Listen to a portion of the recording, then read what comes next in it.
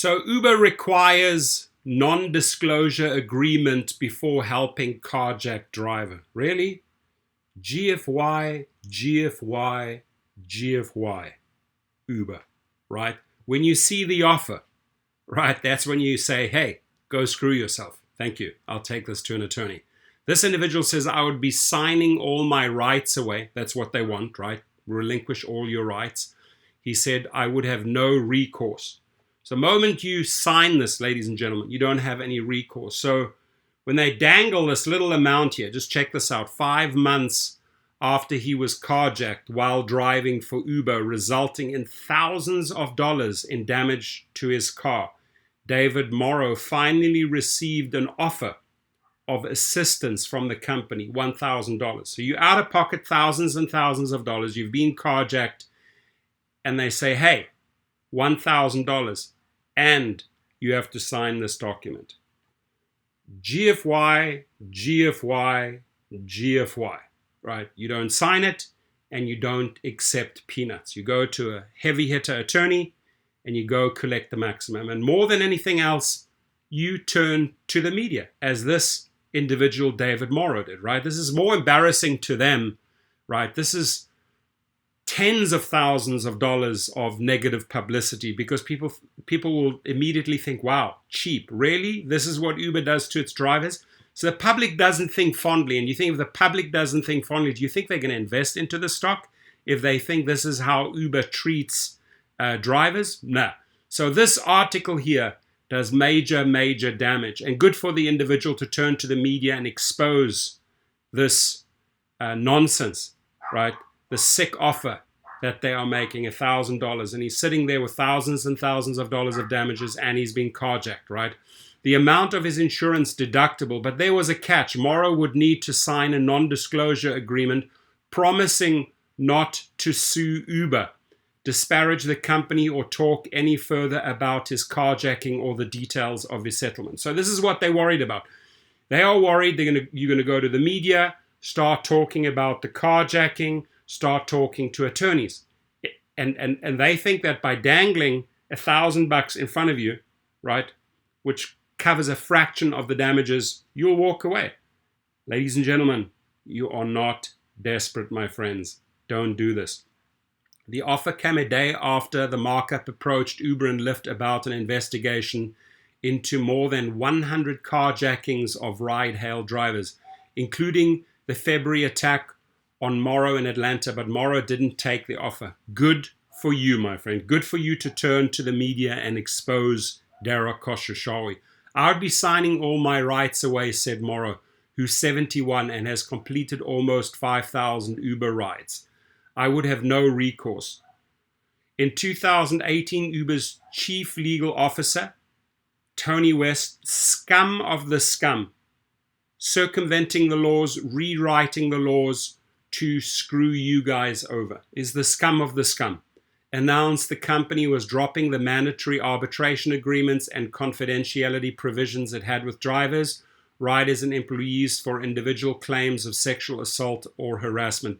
Lyft quickly followed suit, but in the case of driver carjackings, both Uber and Lyft still appear to be using the tactic, right? The tactic, it's negative.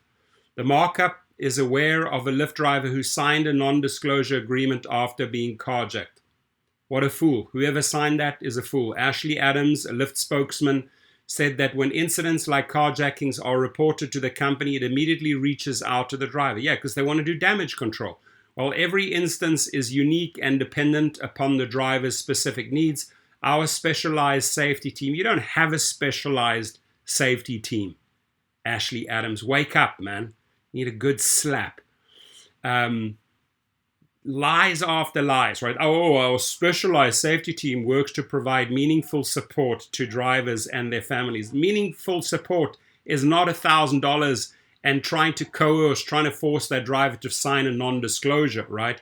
We can't comment further on legal matters. Uber spokesperson Jody Kawada Page, same trash, said it's been widely reported that ride-hail drivers have been affected by carjackings and that these trends have been evolving and changing, and we have been trying to remain flexible. Try to remain flexible. Don't make me laugh, right? You have your set way, and that is shut the driver up and not pay them. You're not flexible. And hey, Jody also needs a good wake-up slap and a coffee to wake her up. In our approach so we can support drivers with the unique situations. Settlement, confidentiality, non-disparagement, and non-disclosure agreements, or NDAs, have become commonplace with Silicon Valley companies. If you ever get something shoved in front of your face, don't sign it, right? Have an attorney go over it. An industry known for its secrecy and for going to great lengths to shield itself from liability and conceal business dealings from the public. In an investigation into NDAs last week, Business Insider spoke to 36 tech workers from companies including Facebook, Apple, and Google who'd signed such agreements, promising not to discuss experience like workplace harassment and discrimination. So they just silence you, right? They get your signature and they silence you. When these type of agreements are leaked, it's typically by company employees who have become whistleblowers, like Ifeoma Ozoma and Ariaka Shimizu Banks, both of whom worked at Pinterest and alleged pay discrimination. Pinterest didn't respond to a request for comment, but how gig companies like Uber, Lyft, and DoorDash may be pressuring aggrieved drivers and delivery workers to sign these agreements is still largely unknown. When drivers accept a ride, they are forced to assume all risk. They have no guarantee of safety, no idea if the person they collect will assault them, murder them, or rob their car, said Shona Clarkson. So you just sign your life away, an organizer with the driver advocacy group Gig Workers Rising. We know that Uber tries to cover their tracks by paying off drivers and driver families so that they can avoid a needed reckoning with how dangerous and violent this job can be. Ladies and gentlemen, I'm good at that, right? I expose every story daily. I show them that they are doing zero at safety, and they hate that, right? They hate the fact that I publicize and push this out into social media every single day. That's why they tried to silence you. Uber's page said no, not sure how this could be the case, since there are plenty of examples of drivers that have shared their stories and have also received support from us. Neither she nor Lyft spokesman Adams responded to questions. Of course, they don't respond about how many of the drivers and delivery people have signed NDAs or in what instances the companies require them. Gig workers, whom the companies treat as independent contractors and not employees, are particularly vulnerable to signing their rights away in exchange for assistance, experts say. Following a robbery or carjacking, gig workers may be scrambling to pay for hospital bills and property damage. Gig workers also tend to be low-wage workers, so something like $1,000 can be a powerful incentive to sign. It's not a powerful incentive, ladies and gentlemen. It's a slap in the face. Go and collect proper money, right? The companies think they can make these things disappear for a small amount of money, said Jody Short, a law professor, thank you, at University of California, Hastings College of Law. Precisely what I said. They're in a much more powerful bargaining position. They hold the cards in this room. They do not hold the cards, right? They do not. When you turn to the media, when you turn to TV, when you turn to social media, when you go and get yourself an attorney, when you represent yourself in small claims court, maybe even up to $10,000, they don't hold the cards, right?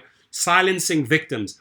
On the early February morning when Morrow was carjacked, the Uber app matched him with a passenger named Rico, according to an incident report from Atlanta Police Department. Morrow picked up two men and drove them to their destination apartment complex. After the men told him to drive to the rear of the building, he saw one was holding a black assault rifle, and the other put a handgun to the back of Morrow's head and said, "Give it up." The men took off with not only Morrow's 2021 Honda Accord, but also with his $900 Samsung smartphone and $800 prescription glasses. Pay up, Uber. Pay up. $1,000 doesn't even cover his prescription sunglasses. They had his house keys too, which cost around $25 to replace. He had insurance to cover the car, but had to pay $1,000 deductible. And because he didn't have a car after the incident, he wasn't able to work for at least a week. Sue them for the damages. According to the police, no one has been charged in his case. The markup reached out to Uber 2 weeks ago for comment on Morrow's carjacking and the company's lack of assistance in the aftermath. At that time, Uber's page didn't respond to questions about Morrow, but said, generally speaking, we have worked to provide drivers who are facing hardship due to these types of incidents with support. Do me a effing favor. GFY, GFY, GFY, Uber. Hours after we published our report, Page reached out to the markup in an email saying, I've since learned that we've worked with Dave and Morrow to offer support. Oh, suddenly we did offer support. When asked what type of support was offered, she responded, information on support to individual drivers is private and not our place to share, because it's too embarrassing if you would share it. The markup later learned that Uber approached Morrow with the offer of $1,000 in exchange for signing a non-disclosure agreement only after we contacted the company about the case. I'm so happy that this story got exposed. Come to me with your stories, ladies and gentlemen. Uber's page did not respond to questions about the NDA sent to Morrow or when it was sent. Attorneys say companies primarily use such agreements to keep people quiet and to stave off legal liability. There's a possibility that someone brings a class action lawsuit for any driver who's been carjacked or assaulted by an individual who they were connected with by Uber, said Brian Greening, my friend Brian Greening at Legal Rideshare, an attorney and co-founder of Chicago-based Legal Rideshare, who reviewed the agreement for the markup. If he had signed the agreement, David would not be able to participate in that class action lawsuit. In fact, go to Brian Greening first if this happens, right? The agreement would also prevent Morrow from discussing the settlement, including the $1,000 payment or details of the carjackings as they relate to Uber. He'd be limited to the phrase, the matter was resolved. The final requirement in the agreement is a non-disparagement provision, which Greening said is a catch-all obligation that doesn't relate specifically to carjacking. With a non-disparagement provision, Morrow would have to agree to not take public action or make statements that criticize Uber. If he breached this agreement, Greening said, Uber could theoretically sue him or seek repayment of the money given to him. It's important that the public sees documents like this. A lot of times as a community, we don't understand how big corporations operate and maintain their positive image, Greening said. The way companies try to silence victims is shocking. It is important that the public sees documents like this. The way companies try to silence victims is shocking. When asked about offering drivers NDAs with confidentiality and non-disparagement clauses, Uber's page said that nothing prevents individuals from talking about the facts of the experience or the specific incidents. As for Morrow, on top of the financial blow from the carjacking, he said he still feels anxious. He's afraid to pick up passengers. Of course, he had an assault rifle held against his neck. He's afraid to pick up passengers, so now he only accepts rides at the airport, which feels safer. But declining other rides has consequences. Morrow is a long-time, highly rated driver who's earned diamond status, but to keep that status, he must maintain a certain acceptance rate for rides or lose perks like getting preference at the airport. Yeah, punish the driver. If they're not prepared to get into your hamster wheel, Uber and Lyft, you punish the driver. It's sickening. Ladies and gentlemen, it's sickening. Dara, it's sickening. Morrow said he got matched for a ride with someone just outside the airport last week. I picked him up and took him where he wanted to go. Morrow said, but as he was driving with the man in the back seat, I had a flashback, he said. It's still affecting me. DoorDash didn't respond to a request for comment, of course. So thank you. Thank you for saying that. Thank you, Brian Greening. We will not be silenced. We will get our worth. We are worthy. And never, ever sign these stupid non-disclosure agreements and take peanuts from these thugs. Executive trash, that is what I call them. The spokesman at Uber and Lyft. Trash spokesman, because they can't respond. No comment, no comment, no comment. They try to buy your silence by paying you a few pennies. Don't fall for it. Like and subscribe to the Rideshare Professor. And please check out the link below, Caravan of Courage. We have a big event coming up on August the 8th. Take care.